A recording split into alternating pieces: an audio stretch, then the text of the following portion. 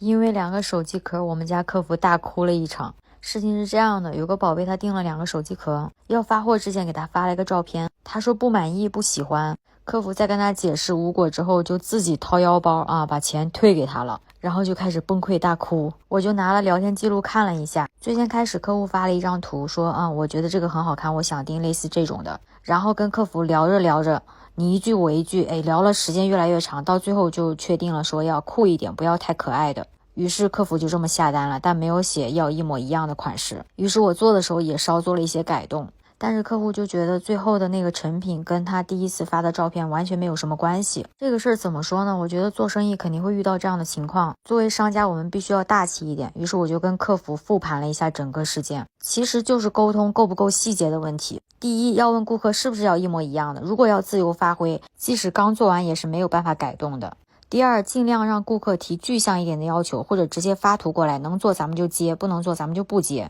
如果顾客单纯的说可爱的酷酷的，每个人理解的不一样，很可能会有偏差。第三，一旦遇到客户的纠纷，先冷静下来看一下聊天记录，如果我们这方没有过错的话，请把聊天记录截图给顾客看，不能说因为害怕处理售后就一股脑的把钱全退回去了。最后我把款全部都转给了客服，让他就不要太伤心。我觉得这个事情我也有一定的责任，没有给他培训到位。